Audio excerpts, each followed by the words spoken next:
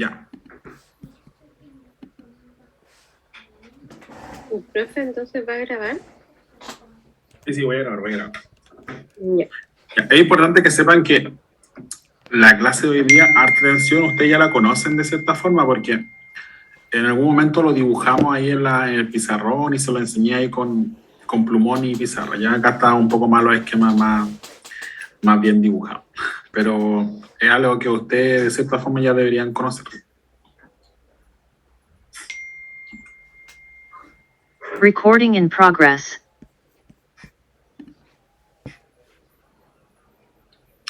Ya está grabando.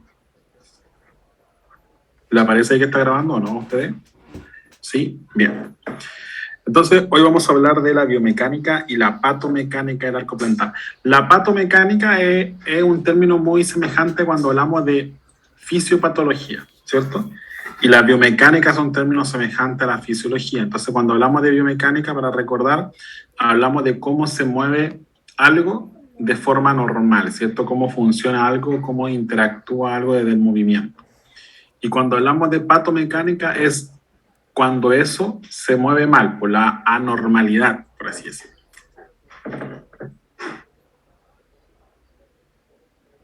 Entonces, importante considerar esta revista española de podología del año 2017. Ahí les coloqué un código QR para que puedan descargar el PDF que va a entrar en la prueba. Y de donde saqué estos dibujitos más que nada, ¿ya? Todos los dibujitos esquemáticos que estoy colocando ahora están en esta revista, ya que se llama Sistema de Reparto de Carga del Arco Longitudinal del Pie, o Longitudinal Arch Load Searching System of the Foot. Bien. Entonces sacan ahí la fotito o después lo pueden buscar literal con el nombre y lo pueden descargar. Desconozco si está para poder descargarlo gratuitamente, pero si es que no lo pueden encontrar o les sale de pago, me avisan y se los mando yo. Búsquenlo primero así, bueno, sean flojos, no me lo pillan al tiro. Búsquenlo y lo descargan. Entonces, estos dibujitos que son de Kirui son objetivos esquemáticos para que podamos entender lo que vamos a hablar hoy día de la biomecánica. Y a simple rasgo, conocer de acuerdo que tenemos, ¿cierto? El calcáneo, el astrálago talo, el escafoide, la primera cuña y el primer metatarsiano. Por lo tanto, esta es una vista desde medial, ¿cierto? Porque si estamos viendo el primer metatarsiano, estamos hablando de medial. Si no, si estuviéramos hablando de lateral, podríamos ver primero el quinto metatarsiano. Entonces, ¿se acuerdan en esa clase que yo les comentaba que teníamos diferentes cargas que se distribuían en el pie? Por lo tanto, el arco longitudinal de pie iba a depender de distintas cargas y cómo estas se distribuían en sí. Acá va a encontrar la respuesta a muchas patologías de talalgia. La idea es que acá encuentren respuesta a patologías que están asociadas al pie cabo, al pie plano. ¿Me escuchan bien, cierto? ¿Sí? Bien. Y acá Ana María y Guillermo van a encontrar la respuesta a lo que les pregunté hoy día cuando me fueron a ver, ¿cierto? Cómo una fase plantar se podría relacionar con un pie cabo. Así que atención a esta clase. Entonces, lo primero que tenemos es la FRS que está acá. ¿Ven mi flechita, cierto, lo que estoy apuntando? ¿Sí? Bien. Entonces, la FRS es la fuerza de reacción del suelo. Entonces, la fuerza de reacción del suelo lo tenemos en dos puntos. En este punto, que es la base del calcáneo, y también lo tenemos acá en este punto sesamoideo, bien del hueso sesamoideo. No lo tenemos acá al medio porque recordemos que este es un arco, ¿cierto?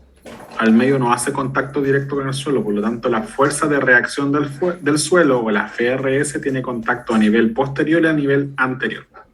Del mismo modo, tenemos tensión que va hacia superior, por ejemplo, la tensión del tendón de Aquiles, ¿cierto? Es una fuerza que va hacia cefálico, es decir, hacia arriba, hacia superior.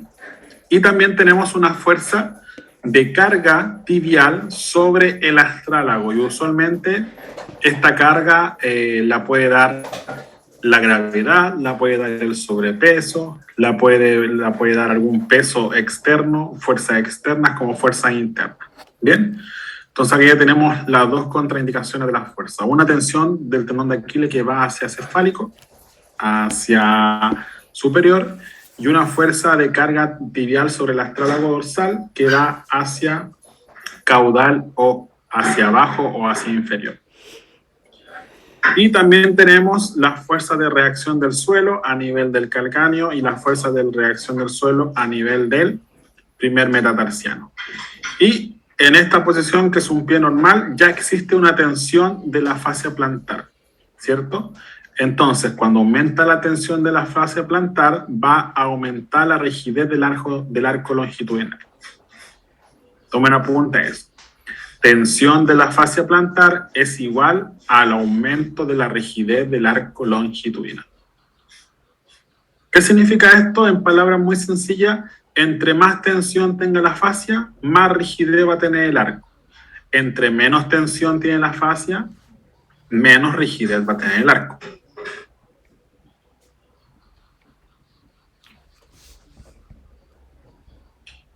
En el dibujito primero encontramos a la musculatura aductor del halus, ¿cierto? Que es un músculo intrínseco del pie. Recuerden, cuando hablábamos de una musculatura intrínseca, es un músculo que va de su origen en el pie y finaliza en su extensión también en el pie. Cuando hablamos de musculatura extrínseca, es la musculatura que comienza en el pie y termina en la pierna, por ejemplo, como el gastrocnemio o el sóleo, que es un músculo extrínseco del pie, porque sí empieza en el pie, pero termina en la pierna, ¿cierto?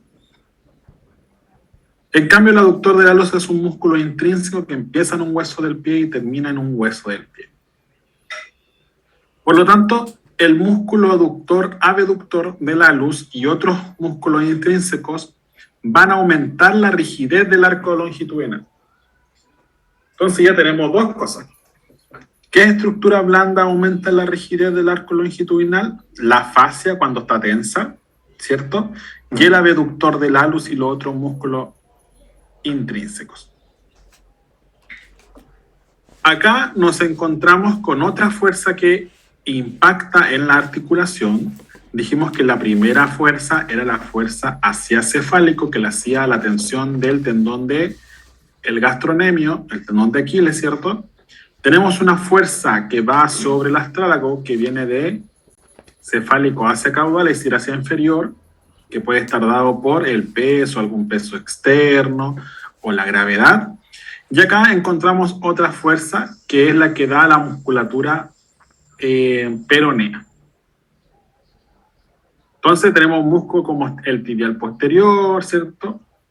Los flexores largos comunes, los flexores largos del halus y la porción larga o los peroneos largos también van a aumentar la rigidez del arco longitudinal. Entonces, repaso. ¿Qué estructuras blandas aumentan la rigidez del arco longitudinal? Dijimos que la fascia, cuando se tensa, el abductor del halus y algunos otros músculos intrínsecos, y musculatura extrínseca, como por ejemplo el tibial posterior, el flexor largo común, el flexor largo del halus, la porción larga o el peroneo largo.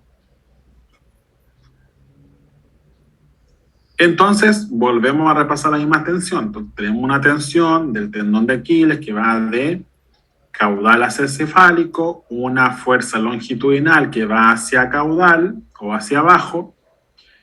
Es una fuerza que es vertical, que va directamente sobre la tibia e impacta en el astrálago.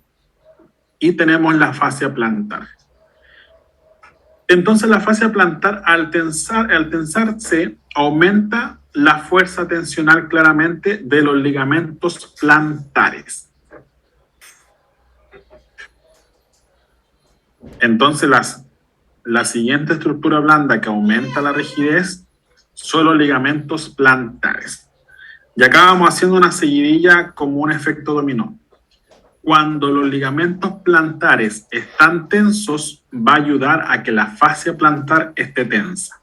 Si la fascia plantar está tensa, va a ayudar a que aumente la rigidez del arco longitudinal.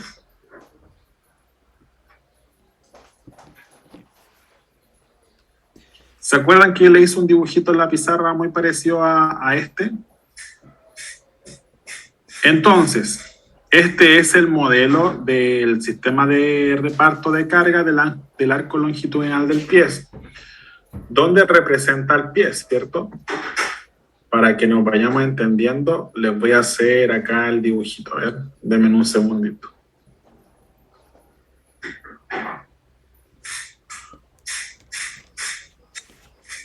Hoy no encuentro los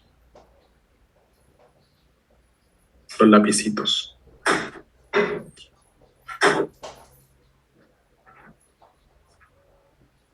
Buenas tardes, profesor. Buenas tardes, compañeros. Se va a entrar tarde entre callar nomás con Angélica.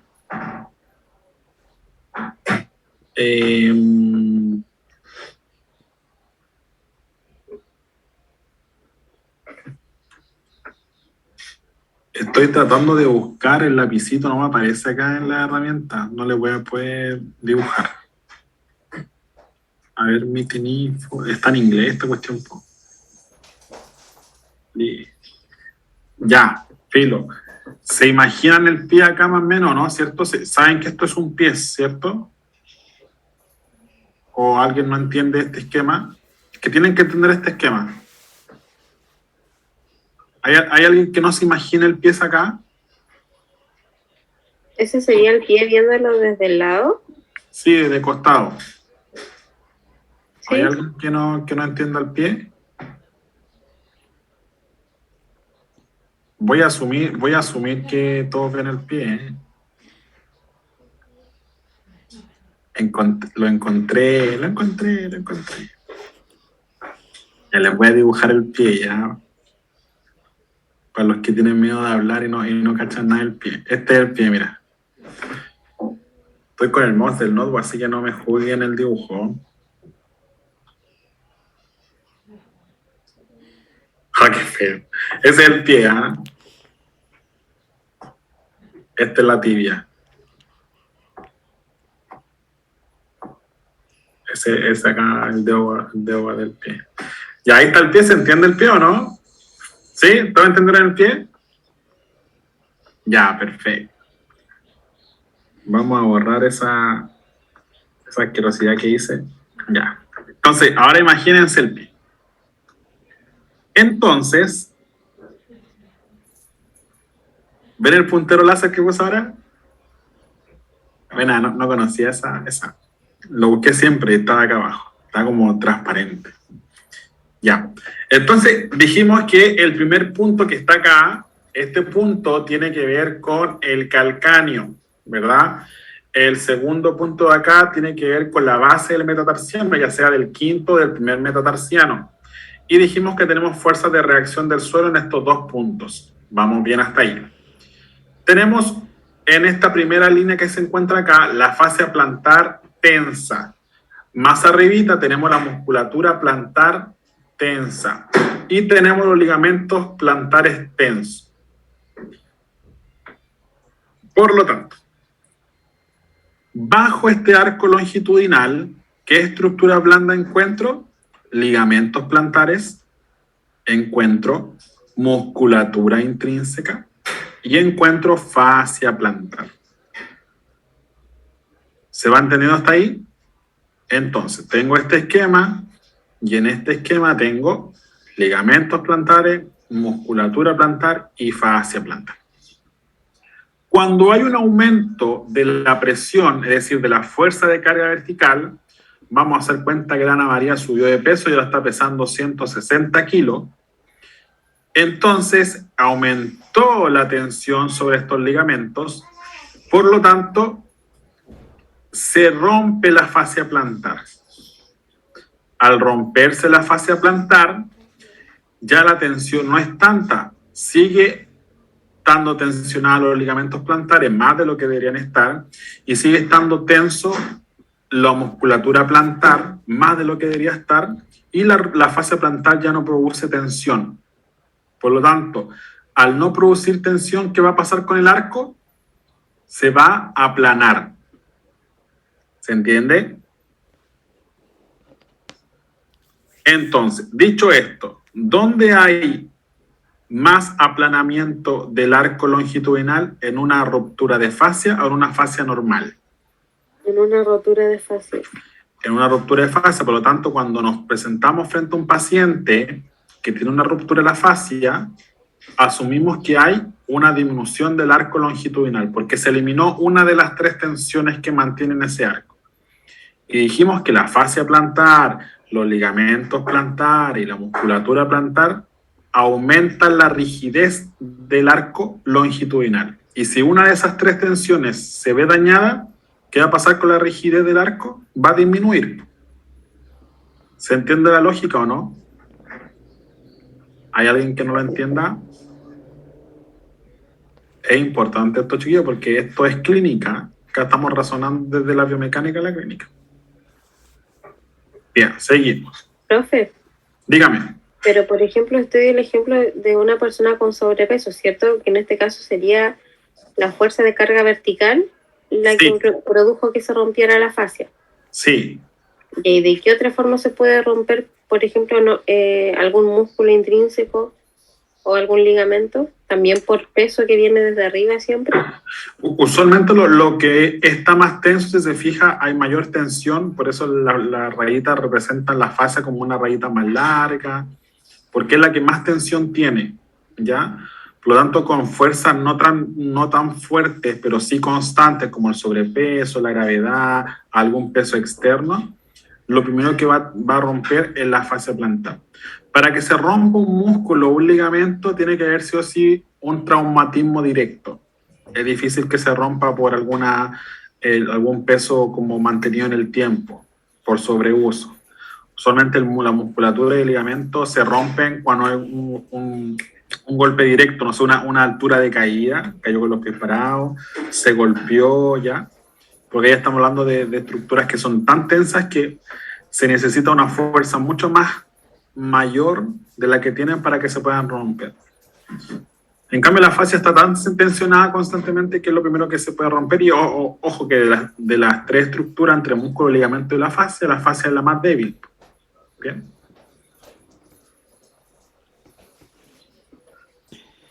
Entonces acá estamos hablando un poquito de la tensión, del mecanismo de la autorrigidez, ¿cierto?, del arco longitudinal de pies. Y es importante que sepan que la tensión de la fascia plantar, ¿cierto?, y de los ligamentos va a aumentar automáticamente durante el apoyo medio, causando un aumento de rigidez del arco longitudinal. Entonces, donde el paciente tiene la mayor rigidez y donde el paciente tiene la mayor tensión de la fascia plantar, ¿en qué fase de la marcha? En la mitad del apoyo medio, es decir, acá. Por lo tanto, clínicamente, un paciente con la fascia inflamada o la fascia rota o degenerada va a presentar dolor cuando usted la haga hacer la marcha en la mitad del apoyo medio. ¿Se entiende? Y ya tiene un porqué. ¿Por qué al paciente le duele? Porque hay una mayor tensión de la fascia plantar y de los ligamentos. Ahora, imagínense que esa fascia está inflamada y además le estamos aumentando la tensión. Va a haber dolor. Durante el comienzo del apoyo medio existen las mismas fuerzas de reacción del suelo, pero no hay tanta tensión. Y al final del apoyo, la que más aumenta es la tensión del tendón de Aquiles.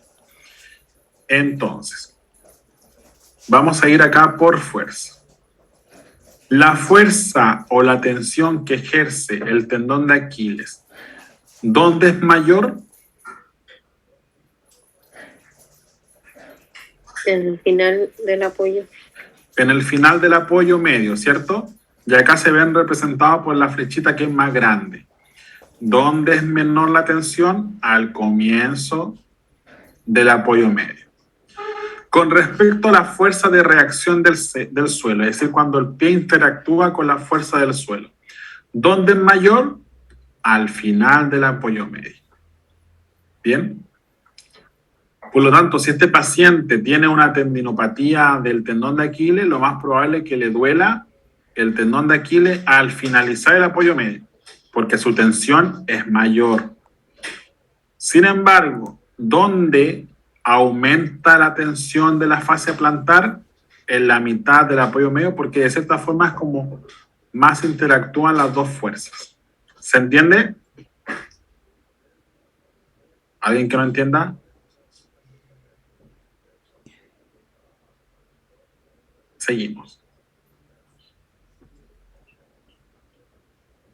Pasamos entonces a conocer los términos de varo y valgo. Recuerden que en valgo no cabalgo.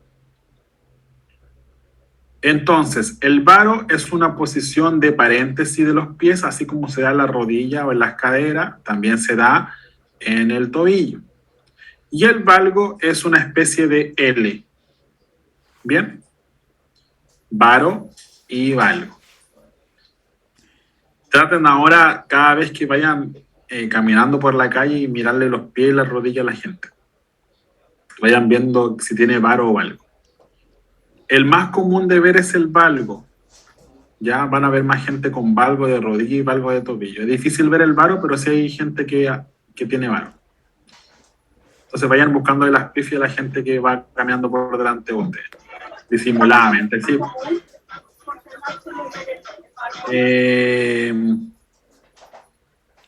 Tenemos patologías también de la planta del pie, como el pie plano, el pie equino, el pie equinovaro y el pie talo.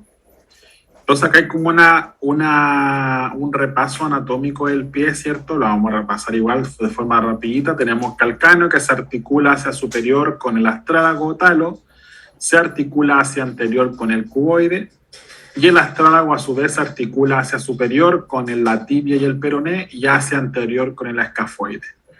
Tenemos los metatarsianos, ¿cierto? Y después tenemos las falanges. ¿Cuántas falanges tiene el alus? 2. Bien, a diferencia de todas las otras falanges, tienen 3. Y los metatarsianos tenemos 3 cuñas, o también llamada cuneiforme. Primer cuneiforme, que se articula con el alus. Segundo cuneiforme, que se articula con el segundo dedo. El tercer cuneiforme, que se articula con el tercer dedo. Y después ya tenemos el cuboide, que se articula con el cuarto y el quinto dedo. A su vez, las cuñas o los huesitos cuneiformes se articulan con el escafoide.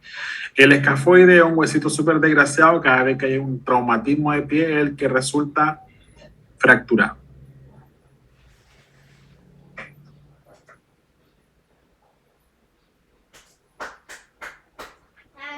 Entonces, algunas patologías del pie tenemos pie plano y pie cabo. Pero fíjense, tenemos pie planos que son flexibles y rígidos, que a su vez son asintomáticos y sintomáticos, pero también tenemos pie cabos que son flexibles y rígidos, y también hay algunos que son asintomáticos y otros que son sintomáticos. Se entiende asintomático como sin síntomas, ¿cierto? Y el sintomático, su mayor sintomatología es el dolor. Un síntoma, recuerde que al ser un síntoma es subjetivo.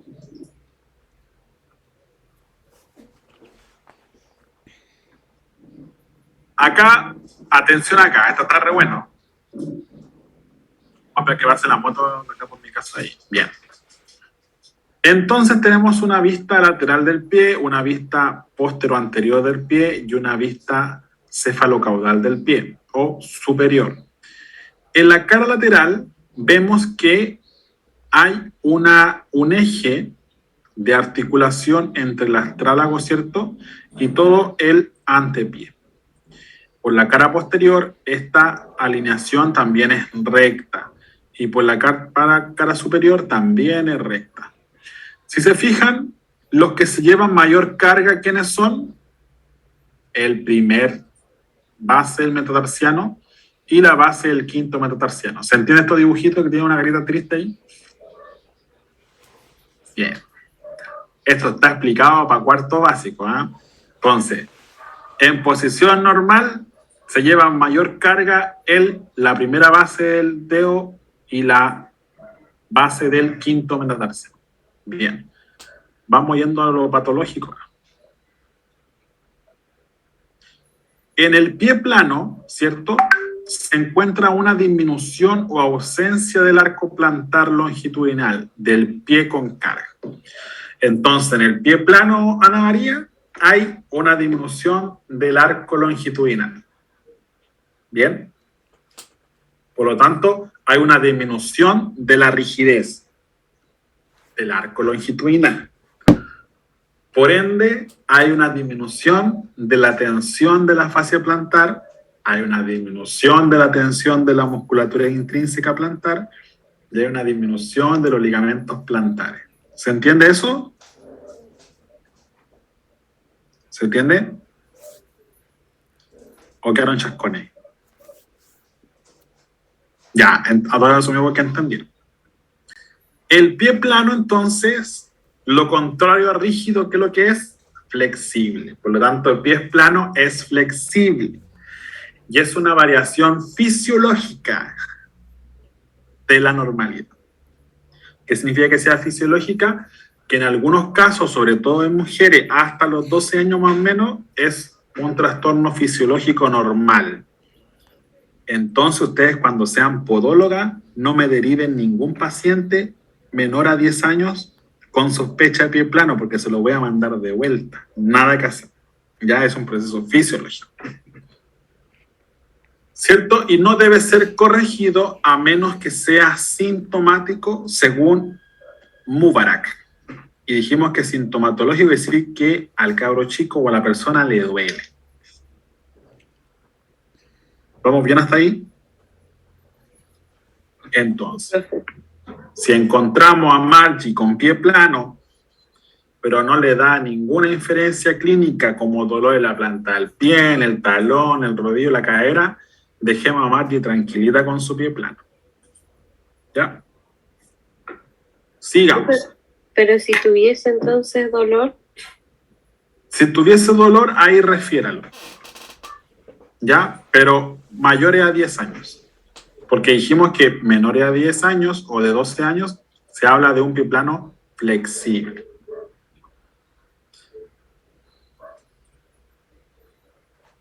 Después encontramos el pie plano adulto, ¿cierto? Las causas asociadas al pie plano adulto, anote, es el tendón del tibial posterior, también hay una insuficiencia ligamentaria. ¿Qué significa que hay una insuficiencia ligamentaria? ¿Cómo se conoce eso? Yo sé que lo saben. ¿Tendinitis? No. ¿Insuficiencia ligamentaria qué será?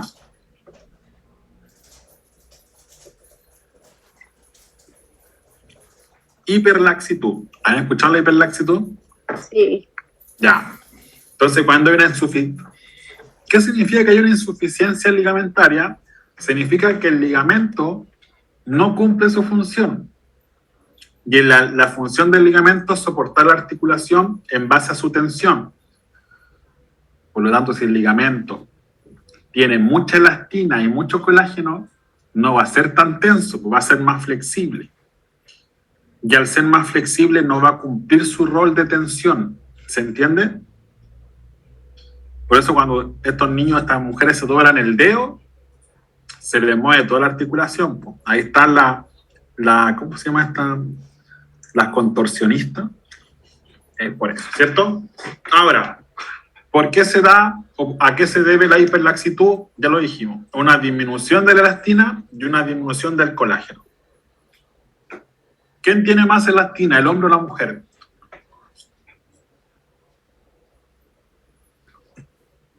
La mujer. La mujer. ¿Quién tiene más colágeno, el hombre o la mujer? El hombre. La mujer. Casi Valenzuela. La vamos a expulsar. No. La mujer. Por lo tanto, ¿quién es más hiperlaxa? ¿El hombre o la mujer? La mujer. La mujer. Por lo tanto, ¿quién tiene más probabilidad de tener insuficiencia ligamentaria, el hombre o la mujer? La mujer. La mujer. Y por ende, ¿quién tiene más posibilidad de tener pie plano, el hombre o la mujer? La mujer. a mujer. Bien, por pecadora. Entonces, la insuficiencia ligamentaria se puede dar al ligamento del deltoideo o al ligamento calcáneo escafoideo, ¿ya? Y eso se llama spring ligamentario. Entonces, acuérdense de las caritas del primer dibujo, ahí está. En un pie normal, está triste el primer metatarsiano y el quinto metatarsiano en la base porque ahí se genera la presión, ¿cierto? Ahora vamos a un pie plano. Miren, están todas las caritas tristes. Por lo tanto, la presión se genera en las 5 bases de los metatarsianos. ¿Se entiende? Sí. Más claro echarle agua a esto. Entonces, aumenta el rango que está acá, ligamentario, se desvía esta línea. ¿Se acuerdan que en el pie normal esa línea era recta, no? En el pie plano se desvía, por lo tanto existe un valgo del retropié y también hay una desviación acá. Fíjense, acá vamos viendo la patomecánica. Por ende, ¿quién es más probable que tenga una luz valgus? ¿Una persona con pie plano o una persona que no tiene pie plano? Una persona con pie plano. Una persona con pie plano es muy predisponente que pueda formar una luz valgus, porque se desvía el eje. Y acá está el spring ligamentario, ¿ves? Donde se separa tanto este arco, se tensa este ligamento. Y son personas que le duele esa parte de ahí y se asocia mucho a una fasciopatía plantar, pero en realidad es una tensión del spring ligamentario. Pie cabo. Juiciosa Morales acá. Entonces, en el pie cabo existe una excesiva declinación plantar del antepié o de alguno de los componentes en relación al retropié. ¿Qué causas pueden estar asociadas al pie cabo? Alteraciones neuromusculares, puede ser idiopática y puede ser traumática. Entonces, excesiva declinación plantar. Profe, ¿qué es idiopática? ¿Qué es idiopático? ¿Alguien sabe lo que es idiopático? ¿De los compañeros? Idiopático significa que es sin causa aparente. Seguimos. Entonces existe el pie cabo anterior y el pie cabo posterior y el pie cabo mixto. Bien, hay distintos tipos de pie cabo. El pie cabo anterior, hay una desviación acá del retropié, pero ya en varo. ¿Se acuerdan? En pie plano era en valgo. La desviación, la voy a dibujar. La desviación en el pie plano era para acá, ¿cierto? Bien. Se me pegó esta cuestión. Y en el pie cabo es una desviación en varo. Por lo tanto, Morales, primer análisis biomecánico del pie cabo es que existe un varo del retropié. Al existir un varo del retropié, aumenta también el eje transversal del astrálago, es decir, se horizontaliza. Y al horizontalizarse, también afecta de mayor carga al primer metatarsiano. Mire, fíjense acá los deditos, están todos contentos, menos la primera base. Entonces, un paciente con pie cabo se lleva la mayor presión en la base del primer metatarsiano. ¿Profe? Dígame. Dice Guillermo que no puede hablar porque tiene mal el micrófono, creo. Ah, ya. ¿Quiere preguntar algo, Guillermo? Pues si necesita preguntar algo, ahí escribe al chat. Entonces, pie cabo anterior, hay una desviación, ¿cierto?, en varo del retropié, se horizontaliza el ángulo o el eje del astrálago y hay una mayor descarga en el primer metatarsiano, por lo tanto son pacientes que sufren mucho de una fasciopatía plantar asociada en la clínica a la palpación de la base del primer metatarsiano. ¿Se entendió? Bien. Esto es la crème de la crème.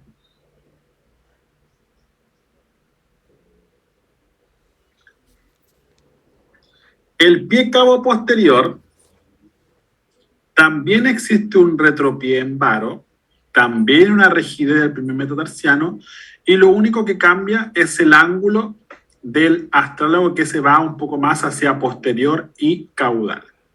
Bien. Y en el pie cabo mixto, sigue existiendo el retropié del varo, también hay mayor descarga en el metatarsiano primero, y el astrálago se va más hacia caudal y posterior y se cruza con el ángulo completo del pie del antepié. ¿Bien? Ahí está la diferencia del anterior, medio y mixto. Entonces tenemos un pie plano esencial que por definición es un arco longitudinal medial más un valgo del retropié, mayor a los 3 años porque dijimos que era algo más fisiológico. Si se fijan, todas las guaguitas pequeñas tienen pie plano. ¿Se han dado cuenta, no? Bien. El diagnóstico del pie plano valgo flexible se da por una hiperlaxitud que aparentemente se relaciona clínicamente como normal. Es asintomático, significa que no hay dolor. Es un arco que reaparece con la descarga. Es decir, cuando el paciente está de pies, se aplana, pero después cuando lo sentamos y lo dejamos con los pies colgando, el arco aparece nuevamente. Y con la maniobra de Jack, anoten para que conozcan la maniobra de Jack. Anoten ahí esos apuntes y busquen la maniobra de Jack en YouTube. Y también se asocia a un genuvalgo. El valgo, por contracto doloroso del adolescente, ¿cierto? Podemos asociarlo al 1% de la población y en el 50% tiende a ser bilateral, significa en los dos pies. Esta sintomatología en adolescentes se da por osificación, ¿cierto? Que es negativa, y dolor en el retropié positivo, que está asociado muchas veces a esguince, ¿cierto? A ruptura ligamentosa del tobillo. Este valgo no se corrige con puntillas. ¿Se acuerda que dijimos que cuando queramos evaluar valgo de tobillo hay que hacer parar al paciente y ponerlo en puntillas? Dolor a la eversión del pie, ustedes conocen a la perfección cómo hacer una eversión del pie, lo hicimos en la clase anterior, ¿cierto? Y dolor a la palpación de los músculos peroneos. Los músculos peroneos están por detrás del maleolo, a nivel lateral. Y se puede confirmar con una radiografía oblicua o con un TAC de tobillo-pie. El tratamiento suele ser plantillas y las van a conocer ustedes de mejor forma en ortopodología. Van a tener que hacer una plantilla en ortopodología. Bueno, si es que pasan este ramo. El pie sambo. El pie sambo se acortan los tendones largos, ¿cierto? Y se alargan los tendones cortos. Y tiene que ver mucho con un equino del astrálago y calcáneo más el antepié aducto, es decir, aducido y supinado. Esto vayan imaginándose, por eso en la clase anterior es muy interesante que ustedes sepan a la perfección cuál es un pie supinado, cuál es un pie pronado, cuál es un pie aducido, cuál es un pie abducido, ¿ya? Porque si no, esto va a ser súper complicado de entender. Porque acá estamos diciendo que el pie sambo es una mezcla de varios movimientos. Entonces el pie sambo es un pie que está en equino, para eso usted tiene que conocer cuál es el pie equino. Es un antepié aducido, supinado y un varo de talón, ¿cierto? Se asocia también a una atrofia de la pantorrilla y una hipoplasia de la tibia y del peroné. Tiende a ser algo más congénito, ya no se da mucho en personas adultas, esto es más que nada netamente de los bebés. Y por definición es un equino. Dijimos que el equino es la flexión plantar del tobillo, más un varo que es asociado a medial de la planta del pie, más una aducción, es decir, los tarsianos están más a medial respecto al retropié. La etiopatogenia o el origen o la causa de esto del pie zambo está asociado a la posición dentro del útero del bebé, es congénico, ¿cierto? Y se da a veces asociado a la displasia de Streeters. El tratamiento de este pie empieza desde el primer día de la vida, ¿cierto? Puede ser, y dependiendo si es flexible o rígido. Si es flexible, hay que corregir la aducción, el supino y el barro y el quino, y esto usualmente es un manejo ortopédico. Botas o férulas sucesivas, ¿cierto? A veces la tenotomía percutánea, es decir, cortan el tendón y lo alargan o lo acortan de acuerdo a un procedimiento un poco más quirúrgico que lo hacen los traumatólogos. Y después está el pie zambo rígido, ¿cierto? Y el pie zambo rígido, el tratamiento está asociado a yesos o férulas, es más quirúrgico, sobre todo para eliminar el equinismo, ¿cierto? Y para liberar las partes más blandas y se hace una osteotomía. Ya esto es un procedimiento un poquito más avanzado. Bien, lectura obligatoria para la prueba.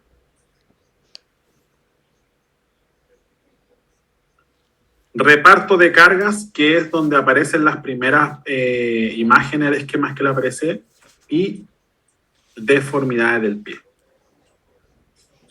¿Alguien puede escanear el código QR para ver si aún está vigente en esos códigos, si no para mandárselos? ¿Alguien que esté en el PC y pueda escanearlo del celular?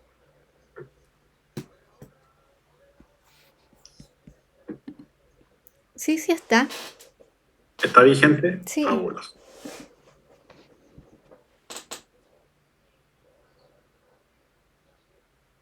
Recording stopped.